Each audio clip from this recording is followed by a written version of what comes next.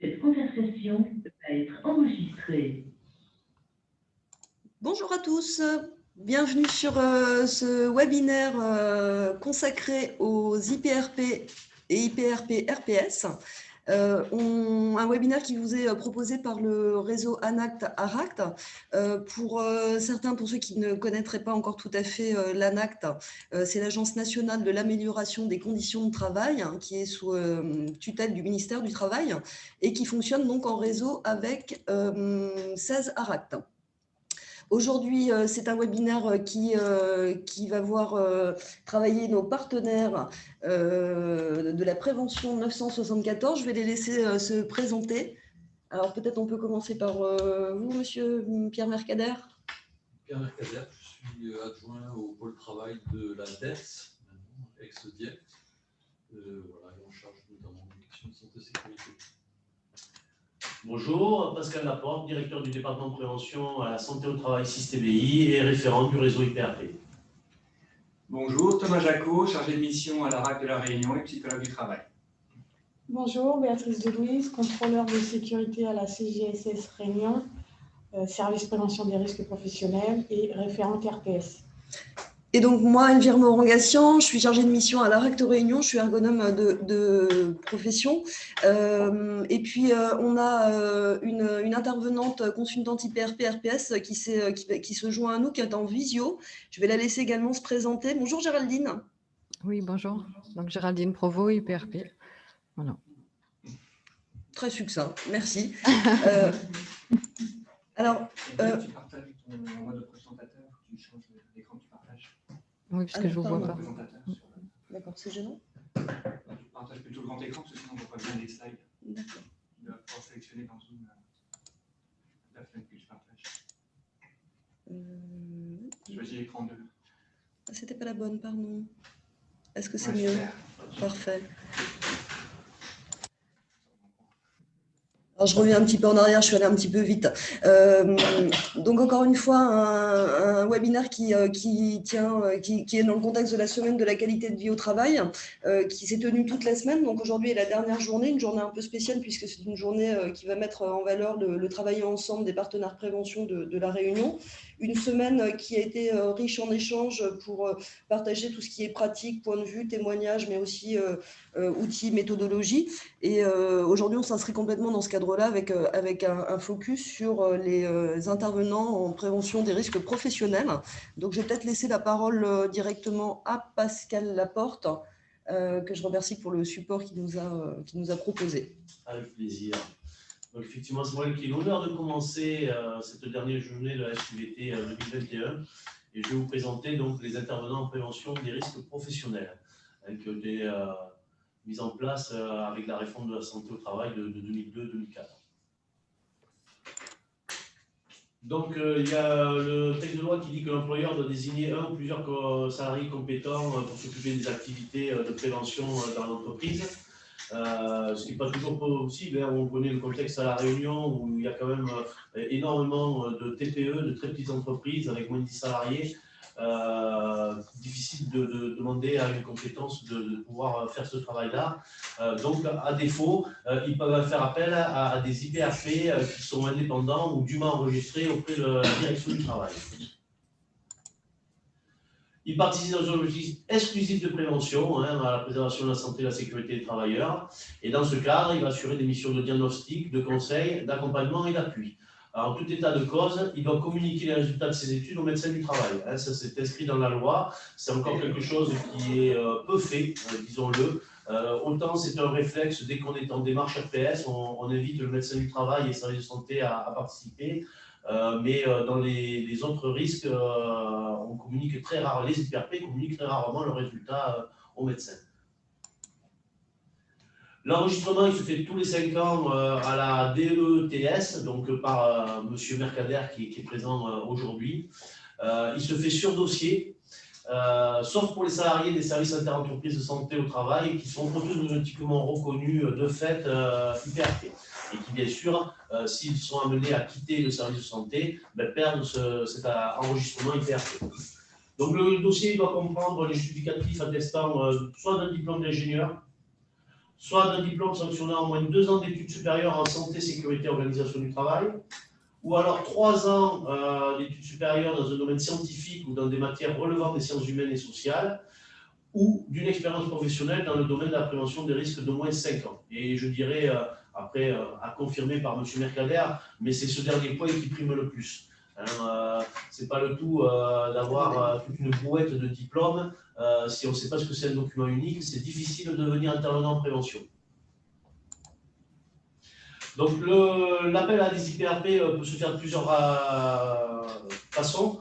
On part toujours du besoin de l'entreprise. Donc l'entreprise a un besoin de prévention dans son entreprise et il peut faire appel à un IPRP dûment enregistré dans un terme de sous-traitance ou de consultant. La deuxième possibilité, c'est l'entreprise qui va solliciter le service santé au travail et le service de santé au travail va missionner un de ses IPRP salariés du service de santé. Donc, sachant que ce soit pour les 2 services de santé à La Réunion, on n'est pas très nombreux en termes d'IPRP, on doit être moins d'une dizaine. Donc, c'est certainement pas nous qui allons pouvoir aller dans toutes les entreprises de La Réunion. Et puis la troisième possibilité, mais à ma connaissance, elle n'a jamais été utilisée à La Réunion, ça serait l'entreprise qui ferait sa demande au service santé. Le service santé n'a pas l'IPRP avec les compétences qui sont nécessaires et à ce moment-là, il va passer une convention avec un IPRP indépendant et enregistré pour le faire intervenir dans une entreprise ou dans plusieurs entreprises. Les IPRP de services de santé au travail sont placés sous l'autorité hiérarchique du directeur du service. Bien sûr, ils s'inscrivent dans l'équipe pluridisciplinaire, animée et coordonnée par le médecin du travail. Et il doit définir le lieu, la durée et la méthode de ces interventions avec le médecin du travail qui est le garant de la cohérence d'ensemble de l'action pluridisciplinaire et qui, comme je le disais, anime et coordonne cette équipe. Il va participer en tant que membre de l'équipe pluridisciplinaire aux missions du service de santé. Il va assurer des missions de diagnostic, conseil, d'accompagnement et d'appui, c'est ce qu'on a dit en introduction. Et bien sûr, il va communiquer le résultat de ses études au médecin du travail. En ce qui concerne les IPRP indépendants, c'est exactement la même chose.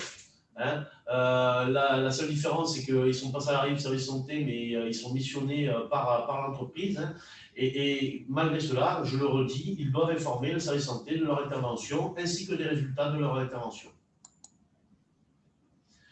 Voilà pour tout ce qui est intervenant en prévention des risques professionnels. On a dès le départ, dès les premiers enregistrements, enfin habilitation, puisque ça aussi c'est un tournant qui est passé un peu inaperçu, mais autrefois on était habilité à vie par les partenaires sociaux. Depuis 2014, il me semble, on est enregistré auprès de la direction du travail, auprès de l'État. Donc, il y a quand même eu un changement fondamental dans tout ça.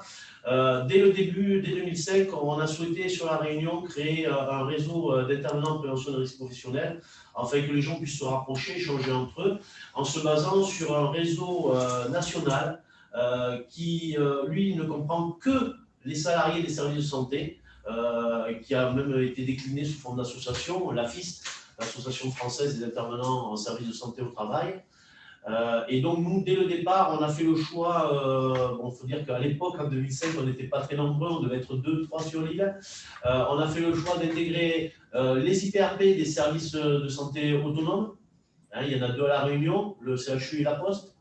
Les IPRP de fait, c'est-à-dire toutes les institutions, la CGSS, la direction du travail, l'ARAT, les chambres consulaires, le ministère de la Défense, le CDG, Centre de gestion des collectivités. Donc, ce sont des gens qui ne sont pas forcément enregistrés, comme certains le sont aussi, mais qui sont de fait IPRP.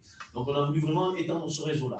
Alors, comme je vous disais, en 2005, on était 3. Aujourd'hui, on est plus de 110. J'ai encore accueilli 2 personnes la semaine dernière.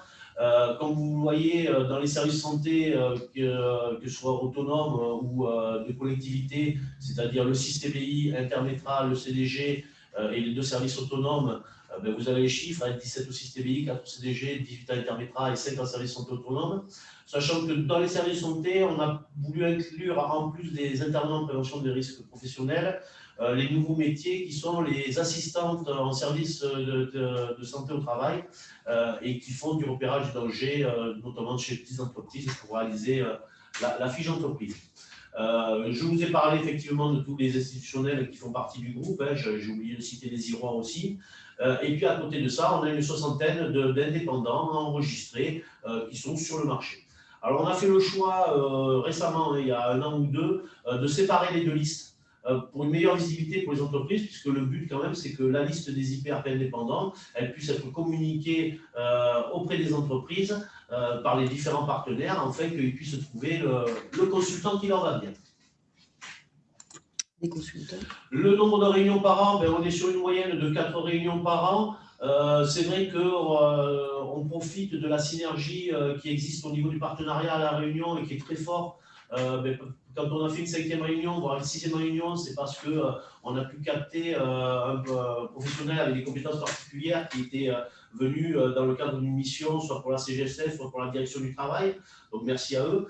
C'est ce qui permet aussi d'alimenter le réseau.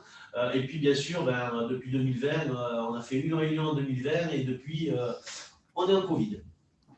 On continue à communiquer par courriel, on continue d'échanger par email, mais c'est vrai qu'on n'a pas pu se retrouver et on espère pouvoir le faire très rapidement. Les actions, donc systématiquement à chaque réunion sont abordées les informations sur les activités du réseau national notamment, de ces réseaux d'IPRP. Il n'y a pas beaucoup d'activités, je vous rassure. Le cœur de nos discussions, ça reste les démarches de prévention, ça reste un réseau d'échange. Les gens sont là pour échanger sur leurs bonnes pratiques, sur leurs difficultés, sur les entreprises dans lesquelles ils sont allés. On est vraiment sur un réseau d'échange et d'échange pur.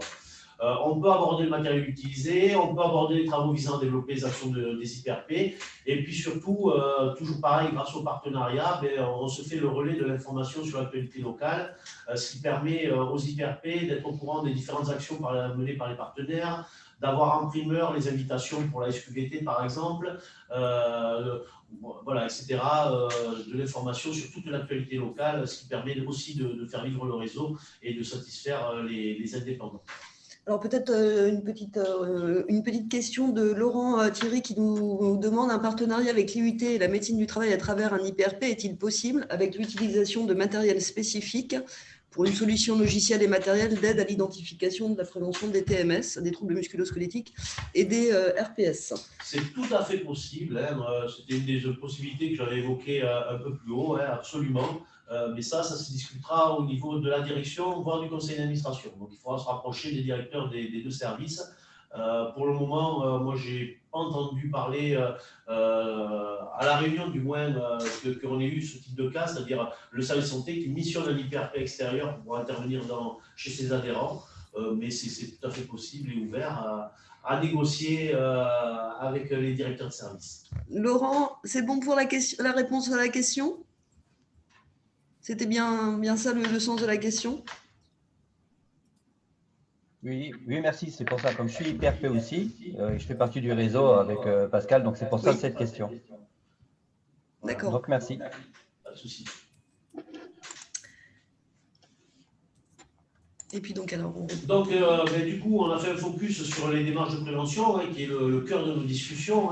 Alors, il y a tout ce qui est partenaire à la prévention. Comme je vous avais dit, quand on est passé l'habilitation à l'enregistrement, on l'a évoqué en réseau. On a même fait une procédure avec M. Mercader qui sert pour les gens qui veulent être enregistrés. Donc, n'hésitez pas, si je n'ai pas vu les gens qui étaient présents, mais si certains veulent devenir IPRP, n'hésitez pas à me solliciter par mail. Je vous enverrai cette procédure qui décrit vraiment tout ce qu'il faut dans le dossier et avec l'adresse de M. Mercader. Donc, vous aurez déjà la moitié du travail qui est fait. On a eu par le passé, c'est vrai que la période est un peu particulière, mais on a eu par le passé des sollicitations du réseau.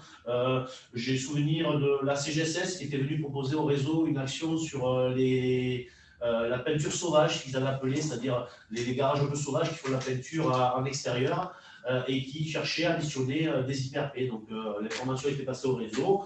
Après, les réponses se sont faites entre les IPRP et la CGSS. Et de mémoire, il y en a 2 qui ont été choisis et qui ont mené cette action à bien. Voilà, tout ce qui est action de partenaires sectoriels, effectivement, tout ce qu'on a pu faire, BTP, Atelier Métal, Atelier Menuiserie Bois, etc. Puisque tous les ans, on travaille sur 3-4 secteurs, mais à chaque fois, on a une des restitutions qui est faite en réunion partenaire, ce qui permet aussi de diffuser toutes nos documentations qui seraient produites dans ces actions. Il va falloir revenir légèrement avant parce que ça a été trop vite pour moi.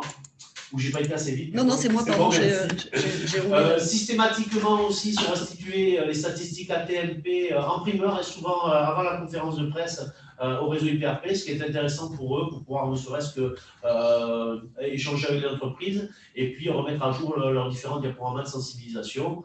Les aides financières, le plan santé au travail, voilà, et tout ce qui peut être fait au niveau des partenaires. Quand on a fait le référencement IPRP, RPS, dont on va vous parler par la suite, ça a été donné en primeur aux IPRP. Donc voilà, on essaie d'informer vraiment sur tout ce qui se passe localement et sur tout ce qui est fait par les partenaires. On a eu aussi des présentations d'institutions qui étaient peut-être mal connues, bien connues, RSI, l'ACER surtout, où on revient assez régulièrement dessus, qui est l'association pour mettre en place une culture prévention routière en entreprise. Donc on revient régulièrement sur cette association, on en fait la promotion dans le réseau depuis de nombreuses années. Et puis après, chaque fois qu'il y a un changement, la nouvelle organisation de l'inspection du travail, la répartition des contrôleurs sécurité CGSS, c'est intéressant aussi pour les intervenants parce que ça leur permet, suivant la région où ils sont, de savoir quel peut être leur interlocuteur dans les institutions.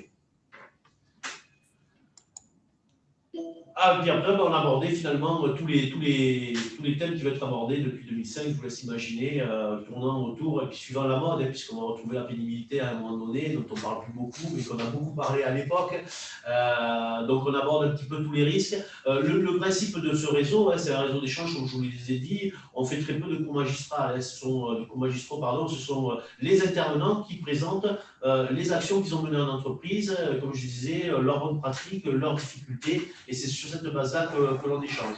Donc, on a eu tout autour de l'évaluation des équipements de protection individuelle, le RPS on a fait pratiquement 1 an de réunions, 4-5 réunions d'affilée sur les RPS. Alors, je vous parle de ça, ça remonte un petit peu déjà, mais ce qui avait permis à chaque intervenant de présenter sa méthodologie, de présenter ses outils et de pouvoir échanger justement sur comment intervenir dans le cadre des RPS. Alors, c'était l'époque où effectivement, on ne parlait pas de référencement, où on n'avait pas toute cette pléthore de diplômes qui tournent autour des RPS et qu'on voit fleurir chaque année, il y en a de plus en plus.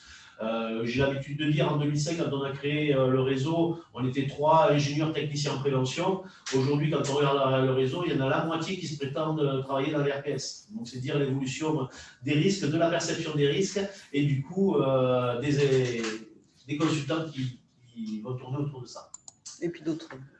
Et puis tous les autres risques, le bruit, l'incendie, divers, je vous passe les détails. La pénibilité, j'en ai parlé, effectivement, on a beaucoup parlé quand c'était à l'époque. Le fonds de soutien, la CGSS est venue nous vendre leur fonds de soutien pendant plusieurs réunions, mais ils n'ont pas réussi à dépenser tout leur argent, ils étaient très déçus. Mais voilà, et puis on sait ce que c'est devenu la pénibilité, plus grand-chose. Et puis, de temps en temps, enfin pas de temps en temps, on essaye de faire venir, et ça me paraît important aussi pour les IPRP sur l'île, de faire venir les fournisseurs qui proposent un matériel souvent nouveau et innovant à La Réunion, des choses qui n'existaient pas à La Réunion. Par exemple, les lunettes de sécurité à la vue. Les lunettes de sécurité à la vue, jusqu'à 4-5 ans, on était obligé de passer par l'Italie ou la métropole pour les faire. Aujourd'hui, il y a un prestataire qui les propose sur l'île, pris en charge par la sécurité sociale, la mutuelle ou l'employeur. Et donc, on a présenté la gamme de lunettes qui existe aux IPRP, les coordonnées de la personne qui fait ça. Voilà. Très récemment, il y a 2-3 ans, sont arrivés sur l'île aussi des exosquelettes et des remorques dites intelligentes. Bon, on a fait une démonstration auprès des IPRP pour que chacun s'approprie tout le matériel et toutes les possibilités qui existent sur le territoire pour pouvoir faire de la prévention.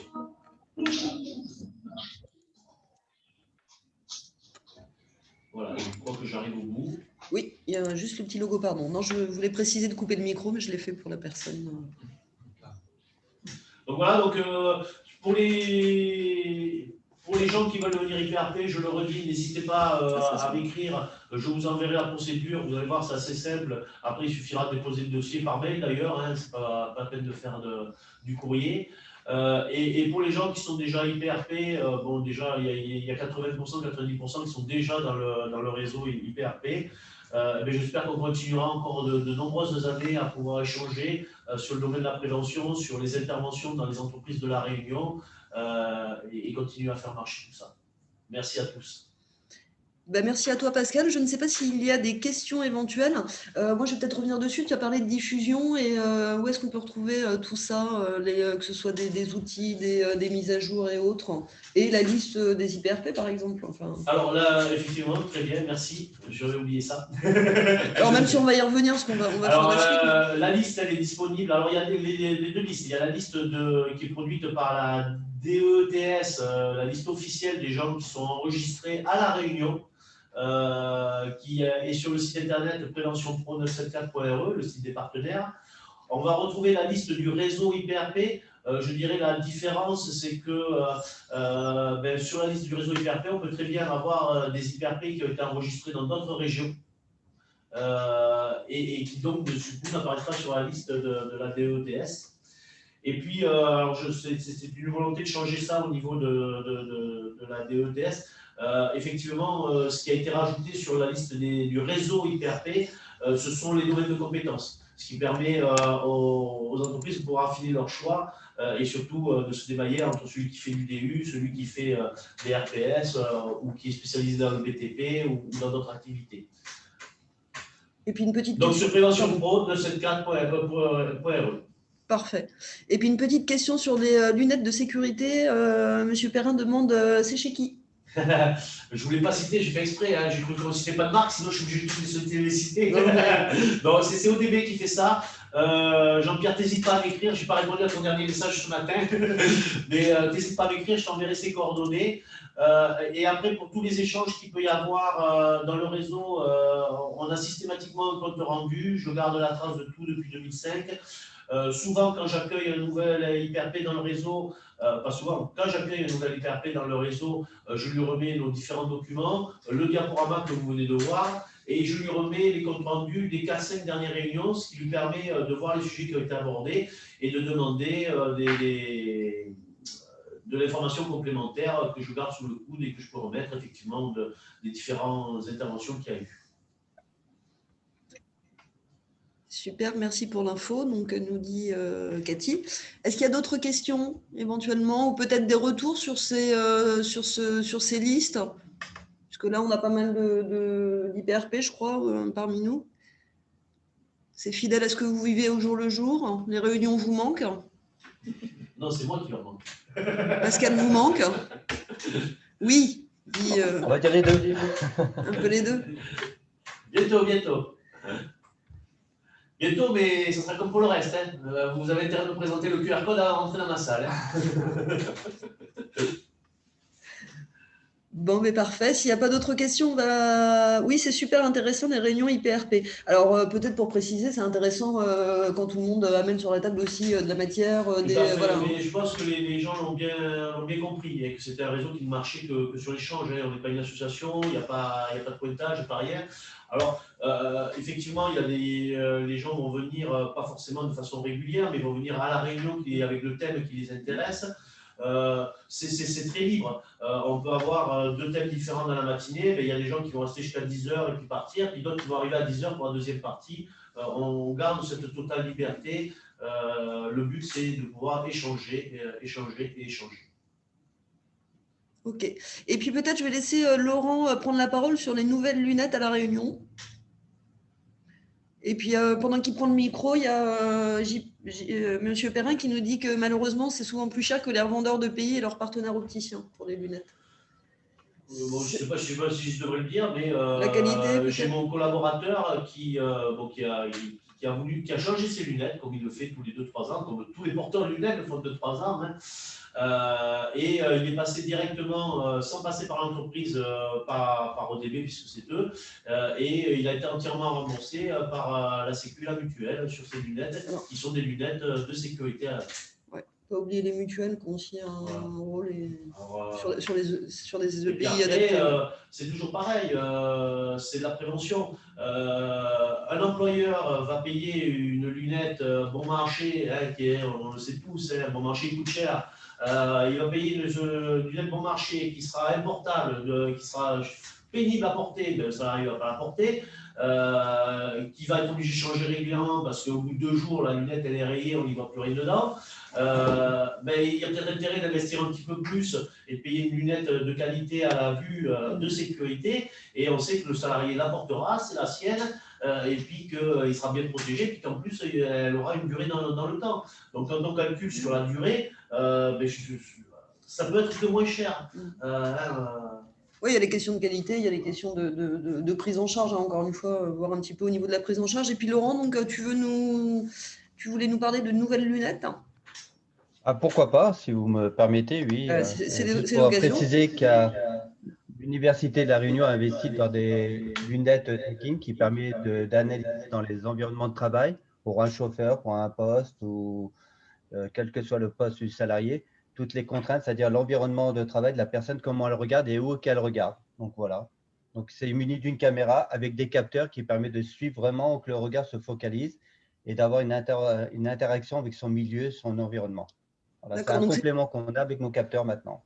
D'accord. Que l'université a investi. L'analyse. Voilà, merci. Ok. J'ai une petite question. Du coup, c'est analysé, les données sont analysées. C'est pour quel est le but de la fatigue, par exemple, ce genre de choses? Oui, ça permet d'avoir un complément dans les analyses avec les capteurs d'angulation, c'est-à-dire de voir les contraintes physiologiques et biomécaniques de la personne, d'avoir un élément complémentaire de l'environnement de la personne, et en même temps, il y a un logiciel qui permet de voir où la personne se focalise, par exemple sur un écran, sur un téléphone, sur un rétroviseur, ou même en conduite, dans la prévention de la conduite, de voir combien de temps la personne passe sur son portable. Hein, sur certains éléments, on a vu que certaines personnes passaient de 15 à 20% de son temps sur le téléphone portable, en voiture. Donc derrière, éventuellement, pour aussi proposer des actions de sensibilisation, quoi. Tout à fait. Okay. On peut équiper un chauffeur ou un livreur avec ses lunettes et on voit le résultat à la fin et on voit où son regard se porte le plus souvent. Aussi bien sur le rétro, sur le compteur que l'habitacle extérieur, les alentours et le téléphone portable, malheureusement, souvent. Ok, voilà. Merci pour la précision, c'est intéressant. Et puis Jérôme nous dit qu'effectivement les lunettes sont complètement prises en charge par la mutuelle. Aujourd'hui, les mutuelles, elles sont, il y a un peu de concurrence, donc elles ont tendance à rembourser pas mal normalement. Merci Jérôme. Autre chose peut-être? D'autres questions, d'autres commentaires? Si c'est bon pour les IPRP, mais on pourra toujours y revenir, on va peut-être repartir sur les intervenants en risques psychosociaux, en prévention des risques psychosociaux. Et puis, on va voir un petit peu ce qu'est ce référencement et dans la continuité du réseau dont on vient de parler, par rapport à un contexte qui est changeant, comme l'a dit Pascal, mais aussi par la Convention Objectifs et Gestion 2018-2022 du réseau Assurance Maladie, mais aussi par rapport au plan régional de santé. Il était intéressant de pouvoir créer un réseau de consultants RPS.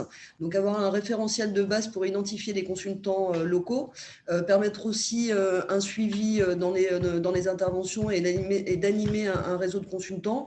Encore une fois, hein, dans le même esprit, avoir un petit peu le retour de ce qui se passe sur le terrain et puis de potentiellement voir s'il y a des difficultés ou autres qui peuvent se présenter.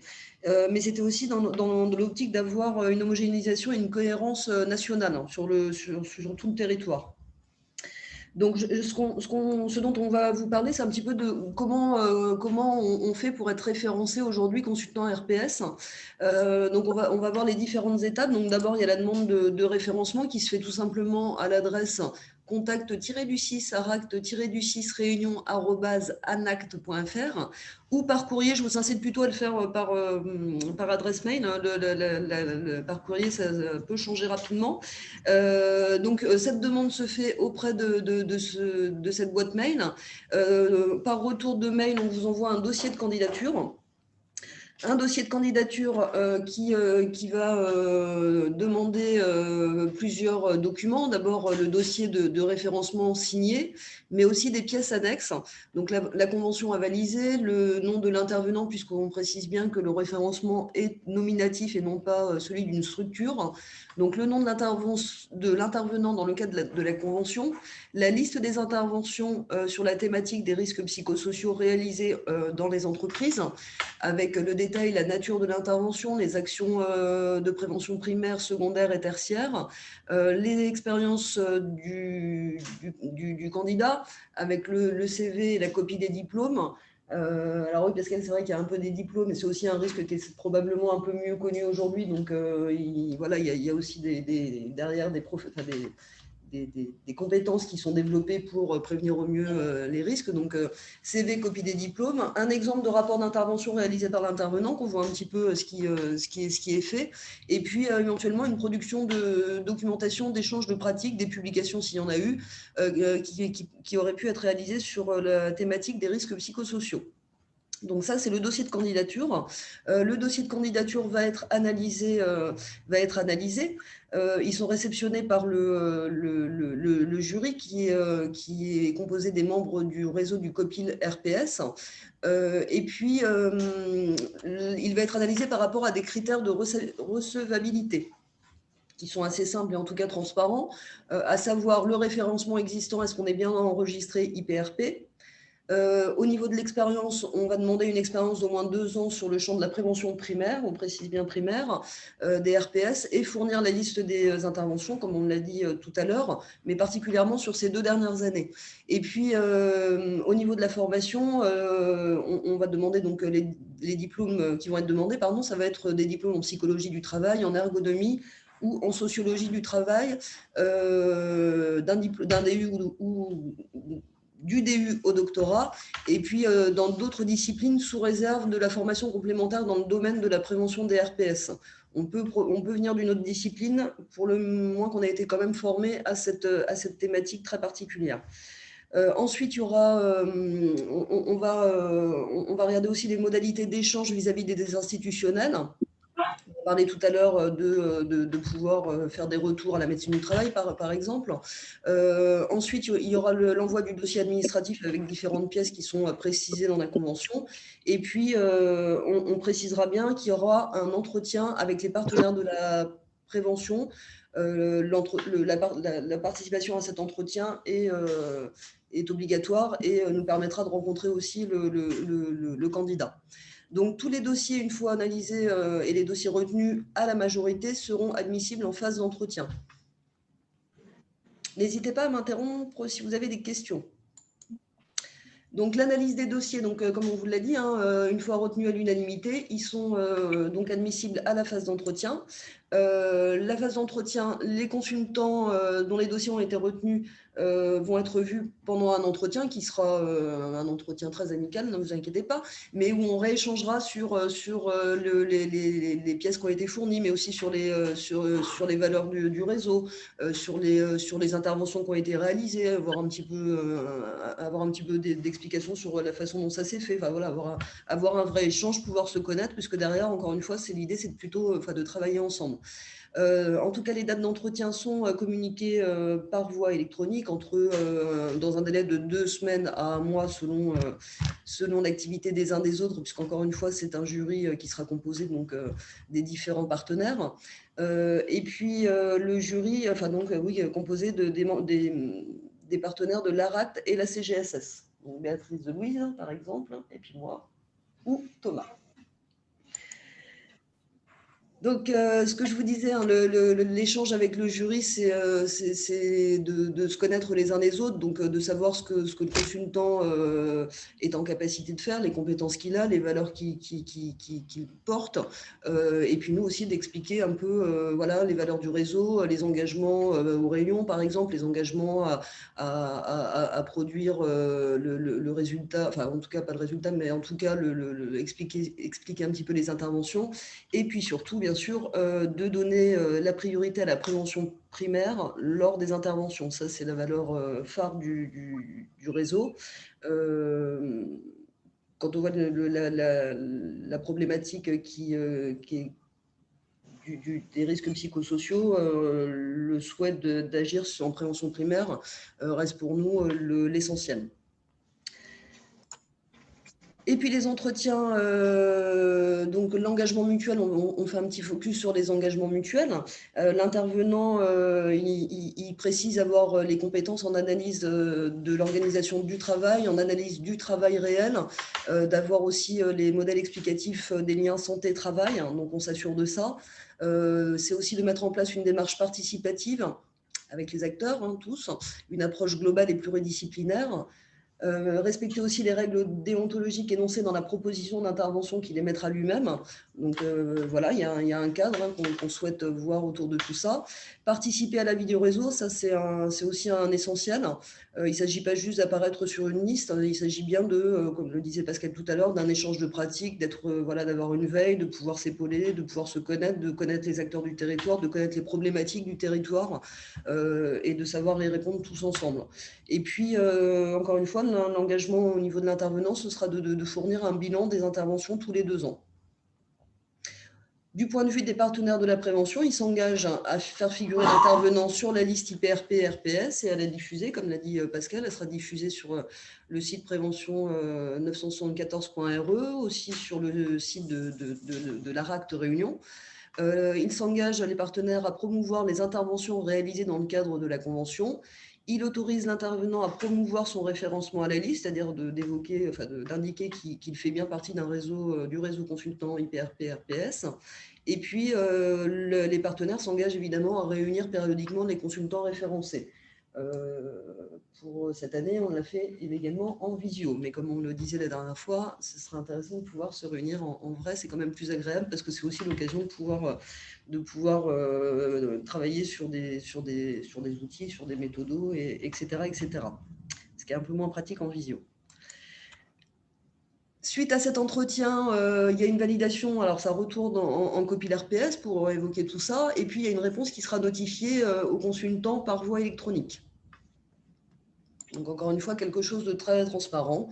Et puis donc les consultants, une fois retenus, sont référencés sur la liste du réseau des consultants RPS. Cette liste, elle est mise à jour à chaque événement, à l'intégration d'un nouveau consultant. On en accueille régulièrement, comme disait Pascal, ça vient, mais ça vient surtout.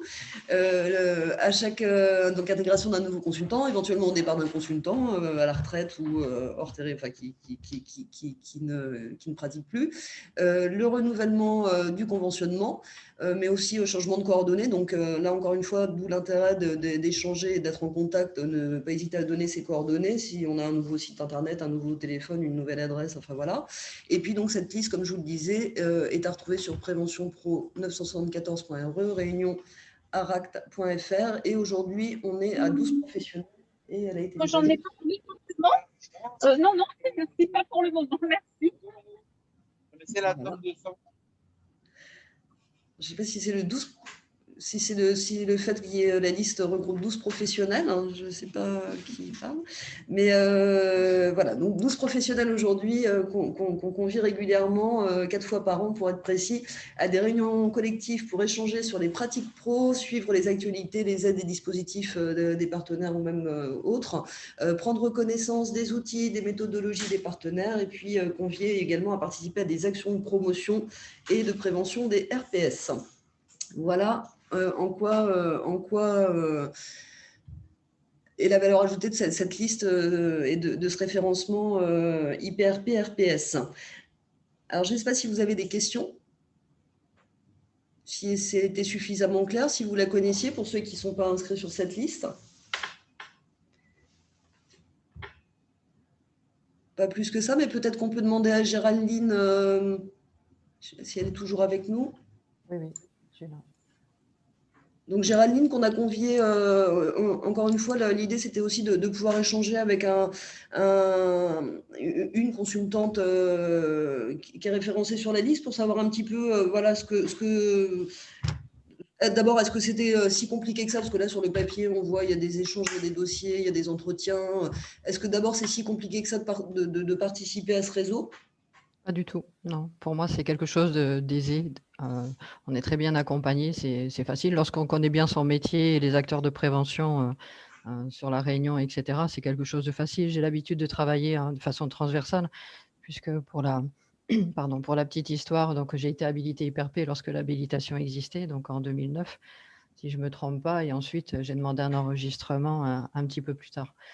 Et donc, j'ai toujours travaillé, j'étais intervenant en prévention des risques professionnels pour un service de santé à La Réunion pendant pas mal d'années, que j'ai quitté en 2019, et j'ai toujours travaillé en transversalité avec tous les partenaires et de façon collégiale, collective, très dynamique, etc. C'est un réseau que j'apprécie, avec les rencontres avec les IPRP aussi sur différentes thématiques.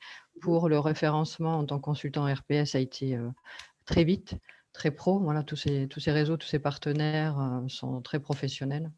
Voilà, dans une bienveillance. Voilà. Chacun connaît son métier, chacun connaît les acteurs normalement. Et donc, ça va extrêmement vite. J'apprécie toutes les réunions, qu'elles soient pour les IPRP autres que ceux qui sont référencés RPS. Voilà, c'est un échange, on apprend à se connaître, on arrive même entre nous pour une mission qui nous serait adressée, mais pour laquelle où on n'a pas le temps, où on n'a pas la disponibilité, où on n'a pas les compétences ou toutes les compétences, on arrive à relayer à plusieurs en disant, voilà, moi, on m'a proposé telle chose et puis telle intervention, je ne peux pas la réaliser. Si vous le souhaitez, je donnerai vos coordonnées. Je donne plusieurs coordonnées, bien entendu, et pour que l'entreprise qui sollicite une intervention ne reste pas sans savoir vers qui se retourner. Voilà. Alors, je ne privilégie pas quiconque, hein, ce n'est pas l'objet. Hein. D'accord. Donc, c'est vraiment de promouvoir, même vous Oui, êtes tout à fait. dans la liste. Et les Tout à fait. entreprises, est-ce qu'elles sont rassurées de savoir qu'il y a ce cadre autour de ce référencement? Oui, je pense, parce que la liste est disponible sur le site de l'ex-DIECT. Et voilà, on peut la trouver facilement sur le site Prévention 974. Et donc, d'avoir pour ce référencement et cet enregistrement pour les entreprises, c'est une valeur ajoutée. C'est rassurant de travailler avec des professionnels où il y a d'autres professionnels qui sont allés voir leur expérience, leur façon de travailler. Voilà, ils ne sont pas tout à fait perdus. Et justement, le fait d'être aussi en contact avec d'autres professionnels, est-ce que c'est un réseau en plus? Parce que finalement, vous, en dehors de ce réseau IPRP, RPS, vous avez l'occasion de vous rencontrer, ou finalement, c'est un peu le seul moment où vous avez contact avec d'autres professionnels? Moi, j'ai des contacts parce que ça fait longtemps que je suis IPRP et que je travaillais en service de santé au travail, donc j'avais d'autres contacts par ailleurs. En revanche, je trouve que c'est important qu'il y ait ce réseau de consultants référencés RPS, que c'est pu être reprécisé et que l'ARAC, CGSS et tous les acteurs qui ont œuvré à cette convention aient pu réaliser ça. Alors, ce n'est pas forcément l'idée d'être identique à la métropole, mais je trouve que c'est important parce que les personnes qui ont pu travailler sur les RPS n'avaient pas forcément la notion de prévention.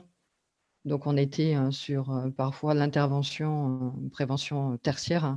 Et à mon sens, ce n'est pas suffisant et satisfaisant lorsqu'on est intervenant en prévention des risques professionnels, qui plus est enregistré.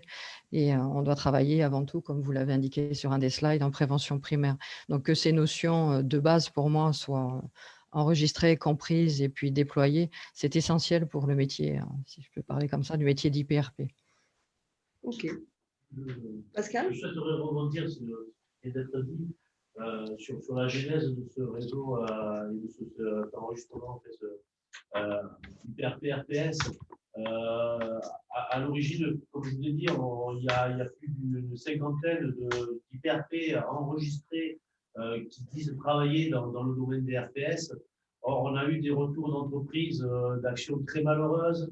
On a eu des articles dans la presse sur des actions malmenées qui ont fait le titre, donc c'est dire, hein, la presse, ils ne voulaient pas ce qui va bien et ils voulaient ce qui va mal. C'est de là qu'est venue cette volonté des partenaires de créer un réseau et un conventionnement IPRP-RPS pour pouvoir proposer à nos entreprises une liste de gens dont on sait qu'ils répondront à nos critères et à notre philosophie de mise en œuvre, et notamment en passant par la prévention primaire avant tout. Même si souvent, on le sait, la porte d'entrée, c'est la prévention tertiaire, c'est un accident, une situation d'arrêt maladie, de suicide dans le pire des cas, on sait très bien que derrière, les gens que l'on a conventionnés vont pouvoir aller vers la prévention primaire, aller plus loin. Donc, il y a un vrai travail du consultant à élargir la demande et à pouvoir mettre un pied dedans pour élargir et faire une intervention, proposer une intervention qui sera… La porte d'entrée, c'est le tertiaire, mais derrière, ils vont proposer systématiquement du primaire. Ouais, ça, alors que dans la liste originale des IPRP qui est sans ce conventionnement, disons les choses sont dites comme elles sont, hein, on avait et de rien. Des gens, effectivement, puisque c'est les mêmes, hein, c'est les gens qui sont sur la liste conventionnée IPRP-RPS, les 12, ils sont IPRP depuis de nombreuses années. Donc, mais à côté de ça, il y en avait beaucoup d'autres, hein, désolé de le dire comme ça, sans langue de bois, mais qui ne faisaient pas le job et qui prenaient des interventions qui étaient hors de leur domaine de compétences. Et voilà, le commercial doit céder la place à un moment donné à la compétence et à la prévention. Et si je peux me permettre d'intervenir de nouveau, c'est un IPRP doit connaître son champ d'action et son domaine d'action aussi, c'est-à-dire il arrive parfois qu'on nous demande, ça m'est arrivé cette année qu'on me demande une intervention pour qualifier une situation de harcèlement. Et celle-ci, j'ai passé le relais plutôt à un juriste qu'à un intervenant en prévention des risques professionnels, puisque la qualification du harcèlement, c'était en plus, il y avait un procès en cours et je pense que ce n'était pas ma place. Moi, je compléterai en disant qu'effectivement, quand on a des situations à risque ou des cas avérés en entreprise, les premiers interlocuteurs face à l'employeur, c'est en général les institutions, hein, soit la DITS, soit la CGSS. Et du coup, oui, forcément, nous, on intervient sur des situations d'accident, de maladie professionnelle, d'alerte, mais on s'appuie forcément sur ce réseau, hein, sur les consultants qui deviennent alors notre relais pour déployer une démarche pérenne de prévention. Mais là encore, je pense que les institutions, déjà, cette notion de crédibilité derrière cette liste, hein, puisque vous représentez, en tout cas pour les partenaires aussi, les institutions, et nous, on est en charge de promouvoir cette liste, et donc du coup, forcément, d'avoir une garantie d'intervention sur cette notion de prévention des RPS en entreprise et auprès des employeurs. En tout cas, c'est le discours qu'on tient. Merci Béatrice. Y a-t-il des questions, d'autres remarques, suggestions?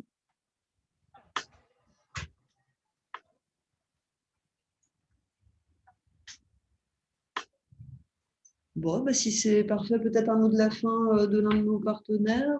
Quelqu'un souhaite… Il y en a un qui va parler. Il y en a deux qu'on va parler. Non. Nous, côté État, on regarde tout ça d'un œil bienveillant. Voilà, je pense qu'il faut c'est vrai qu'il y a beaucoup d'intervenants dans ces domaines-là. On parle des IPRP qui ne sont pas forcément tous compétents en matière d'RPS, mais au-delà des IPRP, il y a beaucoup de consultants qui ne sont pas IPRP et qui vendent des prestations. Donc, notre but, c'est vraiment de rationaliser et de développer une offre de services pour les entreprises. C'est vraiment une offre de services de qualité. Et ça, c'est vraiment dans notre ADN au niveau des partenaires de la prévention, sur tous les aspects, et pas que sur les risques psychosociaux, faut absolument qu'on arrive à, comment dire, à proposer au monde du travail des intervenants qui vont vraiment aider les entreprises à aller vers de meilleures conditions de travail, vers de meilleures conditions de sécurité. Et à devenir autonome. Et à devenir autonome, dit Béatrice. Merci beaucoup. Un petit mot aussi, peut-être, Thomas? Juste pour compléter le propos en disant qu'effectivement, on a tout à gagner à rationaliser l'offre en matière de RPS et de ce qu'on peut apporter aux entreprises. On a aussi tout à gagner à rationaliser la relation entre les entreprises et les consultants, qu'on sache précisément qui peut faire quoi et comment, et qu'on puisse aussi soutenir les entreprises à formuler leurs demandes. Je pense que ce serait les prochaines évolutions à mener, parce que les entreprises ne savent pas forcément à qui demander et non plus comment exprimer leurs demandes. C'est pour ça que souvent, ils attendent que ce soit trop tard pour demander. Donc, si dans les prochaines évolutions, on pourrait peut-être travailler dans ces optiques-là, ça pourrait être intéressant. Alors, effectivement, enfin, Géraldine, je ne sais pas si tu rejoins ce que dit Thomas, hein, le fait d'avoir pour certaines entreprises du mal à formuler des demandes, ce qui peut être aussi une porte d'entrée pour des consultants commerciaux ou autres, enfin, qui ont du mal aussi ou pas les compétences. Est-ce que ça serait une évolution d'accompagner les entreprises sur ce… Oui, tout à fait, parce qu'ils ont assez souvent du mal, ils partent sur un objectif qui n'est pas forcément le bon point de départ, et les aider à cette réflexion pour rédiger leur cahier des charges, oui, c'est important aussi pour qu'on ne se trompe pas dès le départ. Ok. Et pour revenir peut-être sur sur la dernière réunion qu'on a eue, justement, il y avait aussi cette remarque qui avait été faite par plusieurs consultants suite au confinement. Les entreprises se sont un peu libérées sur le fait de dire je me permets de pouvoir faire des demandes avec des thématiques de risques psychosociaux parce que le contexte me le permet. Donc là-dessus, il faut peut-être aussi élargir et pouvoir aller encore un petit peu plus loin et justement accompagner sur cette voie les entreprises. Et ce réseau, ce conventionnement, ce référencement et autres permet une meilleure connaissance du réseau, des IPRP spécialisés entre guillemets en matière de RPS, et une meilleure lisibilité auprès des entreprises qui ne restent pas sans savoir vers qui aller. Souvent, ils se retournaient vers le service de santé au travail qui, comme le disait Pascal, n'a pas forcément toutes les ressources humaines pour pouvoir répondre à toutes les demandes. Et donc, d'avoir cette meilleure connaissance du terrain avec les spécificités, d'avoir deux garanties, entre guillemets, et l'enregistrement auprès de la DIT et le référencement, le conventionnement auprès de l'ARACT. Donc, ça permet quand même d'être rassuré lorsqu'on est une entreprise sur le choix de l'intervenant et de se dire, on a regardé déjà toutes les compétences, enfin les institutions ont regardé toutes les compétences, donc si j'interpelle telle personne, j'ai déjà des garanties de mise en œuvre déontologique, tout ce qui a été dit auparavant. Ok, merci pour les précisions. Alors, je ne sais pas qui est 06, un chiffre, numéro 24, qui demandait est-il possible d'avoir votre PowerPoint? Oui, c'est vous. Bonjour. Donc, Jean-Pierre Perrin, Jean-Pierre ou Jean-Paul? C'est Jean-Pierre. Jean-Pierre Perrin, pardon, a déjà mis le support IPRP, RPS, mais bien sûr, vous retrouverez toutes les ressources, le replay, donc n'hésitez pas à le proposer à vos collègues ou autres. Il y aura un replay qui sera proposé sur le site de l'ARACT et puis peut-être avoir le volume sur le site de la prévention. Oui, je pense aussi sur le site des partenaires. Et puis sur tout ce qui… on a évoqué plein de choses, là, les actions, les démarches, etc. Il y a de la ressource, n'hésitez pas à aller voir. Le site internet, c'est aussi un échange une plateforme presque collaborative, on va dire. Il y a peu d'échanges, mais le site internet nous permet de mettre toute la production depuis l'origine du partenariat en 1999, déjà majeur. Et donc toute la production des différentes actions, que ce soit des guides, que ce soit des logiciels d'aide à l'élaboration du document unique, que ce soit des plaquettes, etc. Tout est sur le site de Prévention Pro de cette table. Les comptes rendus? Non, il n'y a pas les comptes rendus de nos réunions, mais il y a le résultat de nos actions, la production de nos actions. Voilà. Donc, tout ce qui est diaporama, normalement, vous devez retrouver les diaporamas, effectivement, du précédent SQLT, vous les retrouvez sur le Prévention Pro 974. Donc oui, ce sera tout à fait disponible. Et puis, je vais vous remercier. Je pense que je vais laisser la parole à Madame Dubois qui souhaitait… Oui, remercier vraiment tous les participants et tous les partenaires de la prévention. Donc, en tant que directrice de l'ARAC, mais aussi pour la délégation régionale de l'ANAC, puisque c'est une semaine importante pour nous, toutes les régions, même des visioconférences cette semaine. Donc, merci beaucoup aux partenaires de la prévention de nous avoir accompagnés, à la CGSS et à la DEPS pour avoir participé financièrement. Et un petit mot aussi pour la participation du FSE et de l'État d'une manière générale à cette action et à d'autres. Les risques psychosociaux, c'est vraiment une thématique très sensible. Il est important qu'entre nous, on puisse échanger et continuer à avancer sur la manière d'intervenir, échanger les bonnes pratiques. Donc, je pense qu'on va produire des belles choses. Je rappelle aussi que le réseau ANAC-TARAC a comme habitude de partir du dialogue social. Donc, les RPS, dans le cadre du dialogue social, c'est vraiment un sujet vraiment extrêmement sensible également. Et voilà, je suis vraiment contente que cette semaine ait vu autant de participants. Il y a une dernière visioconférence cet après-midi au cours de laquelle tous les partenaires se présenteront et présenteront leur offre de service. Toutes les visios seront en replay, tous les diaporamas en accès. Et merci pour votre participation. Et je vous donne aussi rendez-vous en fin d'année, début octobre, pour la semaine du réseau, pour laquelle on recommencera des séries de visioconférences. Et en présentiel, on l'espère tous, on pourra de nouveau se retrouver. Merci à tous. Merci à tous. Rendez-vous cet après-midi, je pense, pour pas mal d'entre nous. Merci. Merci, au revoir. À plus tard. Oui, merci Géraldine. Merci Béatrice, elle n'a pas osé le dire, mais merci bien sûr de la part de toutes les copines RTS. C'est moi qui vous la remercie. Participation et puis à bientôt. À bientôt. Merci. Au revoir. Bonne journée à tous. Au revoir.